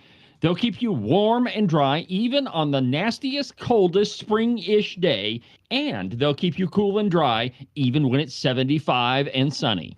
To get you a pair, go to their website, thebuffalowoolco.com. Trust me, you're not going to be disappointed. Are you one of those guys that listen to the president just a little bit too closely and now you're tired of winning? Are you getting the feeling that there's been way too many good things happening in our country and you just can't take it anymore? Well, if you are, and you think you should follow Rosie O'Donnell's example and get the heck out of Dodge, you need to call Rebecca Bextel at eXp Realty. She'll make those foreign country living ideas a reality for you. All you have to do is call 307-699-3519, and she'll make sure some freedom-loving, red-blooded American will now live in the home that you no longer want. If you want to sell your house, or if you want to buy one that's way better than the house you have right now, give Rebecca a call. Again, her phone number is 307-699-3519. I've never felt the freedom like I do. I feel stronger every day, don't you? Well, I can show you how. A new day, a new way. Watch out, I'm only gonna get stronger. A new day, a new way. Watch out, I'm only gonna get stronger. A new day, a new way. Watch out, I'm only gonna get stronger. A new day, a new way. Watch out, I'm only gonna get stronger. I've never felt the freedom like I do. I feel stronger every day. I'm only gonna get stronger. Cowboy State Politics is only going to get stronger. This program continues to expand.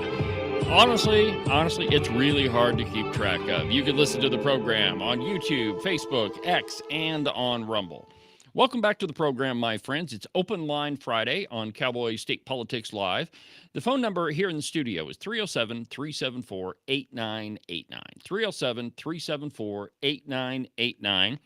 We've got about a half hour left in the show, so if there's something you want to talk about, go ahead and give me a call. Also, if you want to send us an email about the show or, complain about it, tell me I'm wrong, which I got a lot of very interesting emails yesterday from one very disgruntled listener.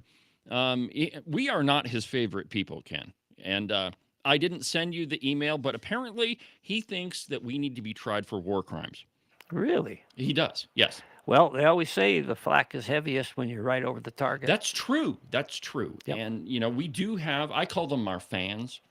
There's a lot of air moving around. There's a lot of air moving around. So, yeah. Anyway, so if you want to, you have a comment about the show, you want to complain, whatever. I set up a new email address for the show. It's actually theshow@cowboystatepolitics.com. You can send your comments there. One more time, that email is theshow@cowboystatepolitics.com. And, I'd love to hear from you. And just, whatever comment you got, or you can always use the contact form on the website, cowboystatepolitics.com. So there's lots of ways to get a hold of me. You can always reach out on social media too. That's what most people do. Facebook, X, any of those will work. Now, all week long, I've been telling you that there are more revelations coming out about Obamagate, or what should be called Obamagate. Previously, it was referred to as Russiagate. That was the trumped-up conspiracy, no pun intended, to try to, create a coup with the 45th president of the United States. Well, now, John Brennan and James Clapper are saying that the Steele dossier really wasn't all that important, even though all of the FISA warrants that they got on President Trump were predicated on the Steele dossier. But this is from Just the News, and I quote, former CIA Director John Brennan and former Director of National Intelligence James Clapper on Wednesday hit back at the Trump administration over allegations that they were involved in the treasonous scheme related to Russiagate, what I'm calling Obamagate. The Trump administration and Senate Republicans have recently declassified intelligence reports that allegedly reveal a plot by former President Barack Obama and Hillary Clinton to falsely link Donald Trump to Russia and detract from Clinton's own email scandal. Now, the DNI, Tulsi Gabbard, earlier this month also stated that her office had revealed overwhelming evidence that demonstrates how, after Donald Trump won the 2016 election, that Obama and his national security cabinet members manufactured and politicized intelligence to lay the groundwork, what was for essentially a years-long coup against President Trump. Now, the report also alleges that in December of 2016, the intelligence community assessment glossed over evidence that Vladimir Putin, he liked Hillary Clinton because he had the goods on her. It wasn't Donald Trump, it was Hillary Clinton all along. Well, now, Brennan and Clapper are defending their investigation in an opinion piece in the New York Times, and they claimed that the assessment was focused on Russia's actions, not whether the country colluded with somebody else in the U.S. Here's what they said, quote, The assessment made no judgment about the impact of Russian information operations on the outcome of the election, the former intelligence officials wrote. While some state that and local electoral boards and voter information and registration systems were accessed by Russian intelligence, the assessment made clear that none of those types of systems were involved. Russian influence operations might have shaped the views of Americans before they entered the voting booth, and this is what the initial assessment said. But we found no evidence that the Russians changed any actual votes. They also pushed back on the now discredited Steele dossier. You know, that's the one that said Donald Trump was in Russia and he had hookers peeing on his bed, and that he was making deals for another Trump Tower in Moscow. That now really, that didn't really have anything to do with it, even though they used the Steele dossier to get all of the FISA warrants against Donald Trump. Quote, we have testified under oath, and the reviews of the assessment have confirmed that the dossier, listen to this, that the dossier was not used as a source or taken into account for any of its analysis or conclusions. At the FBI's insistence, a short summary of the dossier was added as a separate annex only on the most highly classified version of the document contained in the assessment. So in other words, Clapper and Brennan are now saying that they didn't use the Steele dossier at all. No, you know, really, we didn't use that. It wasn't part of the FISA warrants. These guys are, I mean, if you gave them a cat and gave them a long cigarette, they would be Bond villains. I mean, if you take one look at John Brennan, I mean, he is like Dr. Evil. I mean, and less funny, of course, and a lot less like Mike Myers than Mike Myers. But you give me a cat and a long cigarette, there's going to be some hair burning. Exactly. But think about it, right? These guys, for the longest time, said, hey, the Steele dossier, that thing is truth. We're going to use it for FISA warrants. They went to a court and got a warrant to spy on the guy who was going to be the president of the United States and later who was the president of the United States. They lied about it then. They're lying about it now. But the thing is, they're so used to being able to change the narrative and change the story that it doesn't really matter to them if it's completely the opposite. And I bring this article up just to show you the shell game that's being played right in front of your eyes and that you're expected to believe.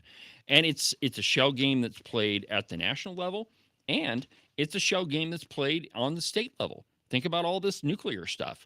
And by the way, it's not nuclear, it's nuclear. I mean, every time I hear the word nuclear, it's not even a word. And now I can't even say it, thank God. But it just makes me question the intelligence of, you know, I mean, I get it. You misspeak. You're used to saying it that word. But once you're corrected, for the love of Pete, let's just say it correctly. So I'm curious, do you know how to make a cat go woof? I don't. With a cigarette? Kerosene in a match. Do you know, hey, I've decided that all dogs are conservative. Did you know that, Ken? And all cats, they're definitely liberals, which is why, you know, you won't find a cat anywhere near my house. And my very loyal dogs would eat it. I don't know, maybe. One of them might. At least chase it. Maybe not. Anyway, my friends, now here's another piece from Clapper and Friends. Big shocker. They threatened a whistleblower who refused to sign off on the fabricated intel assessment. So now, not only is it Clapper and Friends, it's their underlings. And of course, you know, when you've got Dr. Evil Bond villain Clapper and Brennan breathing down your neck saying, you will sign off on this, what are you going to do, right? These guys could snatch you up and throw you in a big black site, deep dark hole that nobody knows exists, and nobody will know where you went. Of course you're going to sign off on it. I mean, it just shows you the depth of this conspiracy and how far it actually went. And, you know, if you listen to the media, they do one of two things. They either pull the gag that the Wyoming media does, that they are doing right now with the Minerals Committee, and that's just not report on anything. You know, nothing you see here. Pay no attention. Don't even look at the guy behind the curtain. Pay no attention to that. They either do that or they intentionally lie. And, you know, that's the cow pie. They are, I mean, they're notorious for this one. I mean, that's where all of the right wing, hard right, all that business comes out when they're talking about conservative, which is also interesting. They can't seem to hold on to a politics reporter. I wonder why. they lost Trotsky. Trotsky finally moved on and got a better job. I assume it's a better job. He's working for that gajillionaire who set up a political action committee. But they've had a number of people writing politics articles, and they can't seem to hold on to one. So everything I've been seeing has been coming from Claire McFarland, which, she kind of showed her cards already, calling us the new right. But anyway, so another piece from the New York Post, ex-Biden Politburo aide Steve Ricchetti, and I've got a picture of him. Let's see. Let me show you what he looks like. Let's see here. Slideshow. Here we go. That is Steve Ricchetti. And he was a very close aide of not Barack Obama, but of Joe Biden. And there's a lot of pictures of Joe Biden sitting in cabinet meetings. Well, it's this guy that is always next to him. And here's what he says from the New York Post. Steve Ricchetti, an ex-top aide to former President Joe Biden and member of his purported Politburo. So that's what they're calling the little committee that was actually running the country and running the auto pen for Joe Biden. They called it the Politburo, which I find that to be fascinating. Anyway, he testified before the House Oversight Committee that his old boss, listen to this, was, quote, fully capable and discharging his duties, that no one usurped his executive powers, that he was fully capable, that, he wasn't out of his mind, that he didn't say stuff like, well, I don't know. Ken, when you get a chance, play the Biden gaffe reel. This guy, fully capable. I mean, that you have no question whatsoever that this guy. We hold these truths to be self-evident.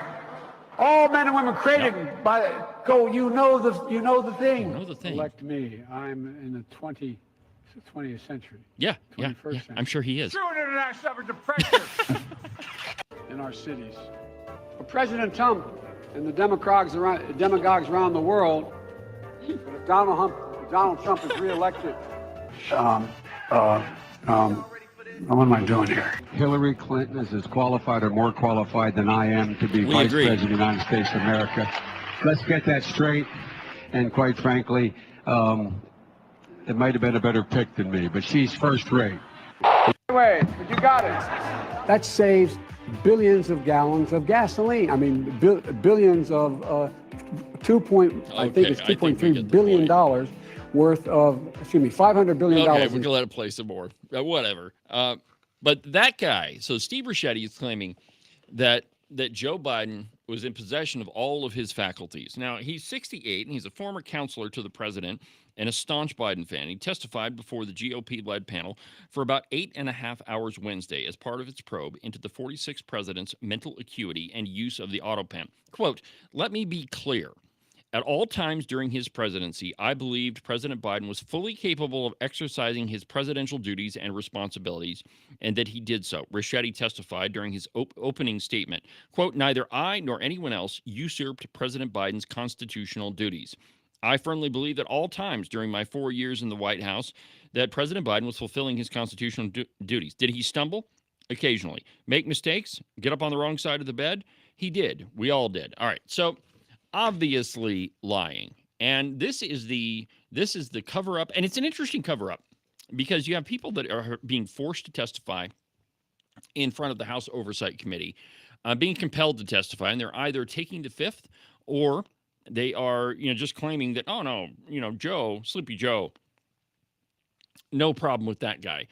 Or it's nothing to see here. And what they're doing, there was a report on Fox News last night, and it was that Joe Biden is taking commercial flights, that he's not flying in a private jet, that it's all commercial flights, and you really don't see him anywhere unless he shows up on The View.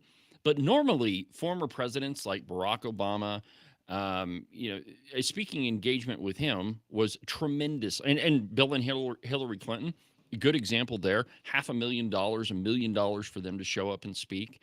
But not Joe Biden, because he's not capable of doing that. So they're either doing one of two things. They're either A, trying to cover for him in front of the House Oversight Committee, either by lying or by taking the fifth, or B, it's nothing to see here, pay no attention to the other hand. And so, there's a lot of different stuff that's going on right now, my friends. And you got to pay attention to all of it. Some of it is more important than others. I've often told you that you need to pay attention to what's going on in our state because it's those things that affect your daily life to a greater degree than do things that happen at the national level. Now, are those things important? Sure, but they're all the big things. The policies and law and bills and laws that affect you more directly happen here at the state. And frankly, you need to be paying attention to your city council and your county commissioners too, because you are more likely to lose your liberty at the local level than you are at the state or certainly at the federal level. I mean, just think about this gal that's got the power line going up in front of her house. I mean, it's going to destroy her property, or at the very least, her property values. I mean, that's a big deal to her. I mean, that is a serious property rights issue. Or if you live in Jackson, Cheyenne, or they're trying it in Sheridan, what about those housing mitigation fees that we were unable to outlaw? Thank you, Joe Biden. Bo Beitman. His real name is Dennis, by the way. I keep forgetting to refer to him as Dennis. I have no idea where the name Bo comes from. Every time I hear it now, I think of Indiana Jones. Well, that was the dog that we named Indiana. His name was whatever it was. I can't even remember now. You need to pay attention to things that are happening at the local level. Your local boards. These are really, really, really important because if you want to know where most of the money in the county is spent, it's in these local boards. They make decisions there that the county commissioners then follow. And it's either the Planning and Zoning Commission or the Board of Equalization. You're on, which one of those are you on, Ken? Board of Equalization or Planning and Zoning, or which one is it? I don't remember. Well, they get the emails and I remember them. BOA, Board of Adjustment. Adjustments. Yeah, it's for exceptions. For example, there was a guy who wanted to build a 4-unit apartment complex on his lot. Terrific. Mm-hmm. We need some affordable housing, so to speak. Private affordable housing. But he wanted to build it clear at the back so that there was room for parking across the front. And then there was a gal who had a house there for over 85 years that was sitting basically right on the property line, which is common. Mm-hmm. So his eaves would actually have gone over the top of her house. Oh, no. We saw some problems. Anyway, we came to a compromise. We moved him forward a little bit, and everything's fine for us. But that's the kind of thing we do. Well, yeah. And, again, I mean, those are the things that directly affect your life, what you can do with your own personal property. And, I mean, there's lots of examples of those. In Buffalo a couple of years ago, there was a guy that applied for a variance. And what he wanted to do is build onto his house, I mean, basically. And it was going to be a little place for his son to live. His son was disabled. He's since passed away. He got in a horrible accident. He was an athlete, super smart kid. He gets in this horrible accident and he's paralyzed for life. Well, the guy wanted to, build a small little place for him to live at the back of his property, but he had to run another water line to that other house. The water line that was to the main house wouldn't support it. So the variance was to create this other water line, and the city council wouldn't do it. Because, we have to make an exception for you. I got to make an exception for everybody else. And again, it's a decision on that guy's personal property. Now, the truth is, if he wanted to, he could have dug up that water line all the way to the city tap, put a T in it, boom, and done. But he didn't. He went to the city and tried to do things the right way. So it's all these local officials that affect your personal life to a greater degree than anybody else. And think about this, right? All these nonprofits that the county commissioners and the city gave money to. I mean, that's your money. That's money that should have been spent fixing your roads. What about the $3 million flower pot over here? I mean, that's $3 million that really was specifically for roads. And ironically, they spent it taking out a road. Now, why do we need one of those? I mean, it's the ugliest dang thing I've ever seen. Right across the street from the road is a county prosecutor who is having difficulty keeping staff because she can't pay them adequately. And that's a responsibility of the county. They should do that first. Yeah. And, until you've satisfied that and taken care of your obligations, you shouldn't go off and waste money on luxuries. And in fact, I would say you shouldn't waste money on luxuries at all, including a piece of artwork that the city put up that is a stack of fenders and so. Oh, Did my you get a God. picture the other day when somebody put the free sign I on didn't. it? I missed it. Oh, that's too bad. So what Ken is referring to is there's this stupid statue that I have to drive by, and I've decided that this was a God thing, that God put that ugly statue there so that I would have to drive by it every day and be reminded why it is that I do what I do. And that is to point out the failures of government officials and how they're literally screwing you. But if you look at this statue, it's this tower of car bumpers. I'm not even kidding. Yeah, if you had it in your yard, the city would cite you. Oh, yeah, it would be They'd trash. make you get rid of it. Yeah, it is the ugliest darn Yeah, thing. but somebody, like you said, come by and put a sign on there that said free.